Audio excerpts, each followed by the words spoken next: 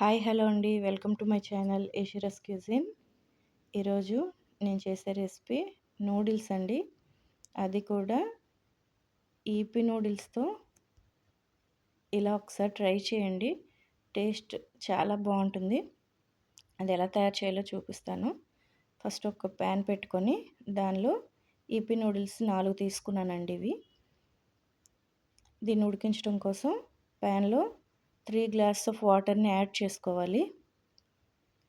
వాటర్ని యాడ్ చేసిన తర్వాత ఈపీ నూడిల్స్ని కూడా అందులో వేసేసేయాలి. ఇలా వేసిన తర్వాత 5 మినిట్స్ బాయిల్ చేసుకోవాలండి. ఇలా బాయిల్ అయిన తర్వాత ఈపీ నూడిల్స్ అనేది ఉడికిందా లేదనేది ఒకసారి చెక్ చేసుకోవాలి. పూర్తిగా ఉడకనవసరం లేదండి, కొంచెం మగ్గితే సరిపోతుంది. ఇలా చెక్ చేసుకున్న తర్వాత ఫ్లేమ్ టర్న్ ఆఫ్ చేసుకొని ఒక స్ట్రైనర్తో డ్రైన్ చేసుకోవాలండి. ఇలా వేసిన వెంటనే చల్లని నీళ్ళు, కొంచెం కూల్ వాటర్ని యాడ్ చేసుకోవాలి. దాన్ని పక్కన పెట్టేసేయాలి. ఇప్పుడు ఒక ప్యాన్ పెట్టుకొని దానిలో ఒక 3 టేబుల్ స్పూన్ ఆయిల్ వేసుకోవాలి. అందులో 4 గుడ్లు ఇలా వేసుకోవాలి. వేసుకున్న తర్వాత వెంటనే కదిపేయకుండా కాసేపు ఒక 3 మినిట్స్ తర్వాత ఇలా నెమ్మదిగా కలుపుకోవాలి. ఇలా కలుపుకున్న తర్వాత టర్న్ చేసుకొని ఇలా ఫ్రై చేసుకోవాలండి ఎగ్స్ని. ఇలా ఫ్రై అయిన తర్వాత ఇప్పుడు దీనిలోనికి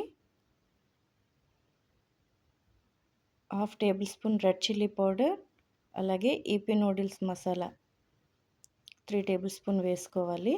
వేసుకొని బాగా కలుపుకోవాలి. ఇలా కలుపుకున్న తర్వాత దానిలో మనం ఆల్రెడీ బాయిల్ చేసి పక్కన పెట్టుకున్నటువంటి ఈపీ నూడిల్స్ని యాడ్ చేసుకోవాలి. ఇలా యాడ్ చేసుకొని బాగా కలుపుకోవాలండి. ఇలా కలుపుకున్న తర్వాత దానిలోనికి సాల్ట్ అనేది అడ్జస్ట్ చేసుకొని చూసుకొని వేసుకోండి. వేసి బాగా కలుపుకోవాలి. ఇలా కలుపుకున్న తర్వాత హైలోనే పెట్టి చేసుకోవాలండి. ఫైనల్గా red chillies, curry leaves, coriander వేసుకొని బాగా కలుపుకొని వెట్ లేకుండా చూసుకోవాలి. అంతే అండి, ఈపీ నూడిల్స్ రెడీ అయిపోయండి. ఇలా ఒకసారి ట్రై చేయండి. టేస్ట్ అయితే చాలా బాగుంటుందండి. మీకు కూడా నచ్చితే నా ఛానల్ని సబ్స్క్రైబ్ చేసుకోండి.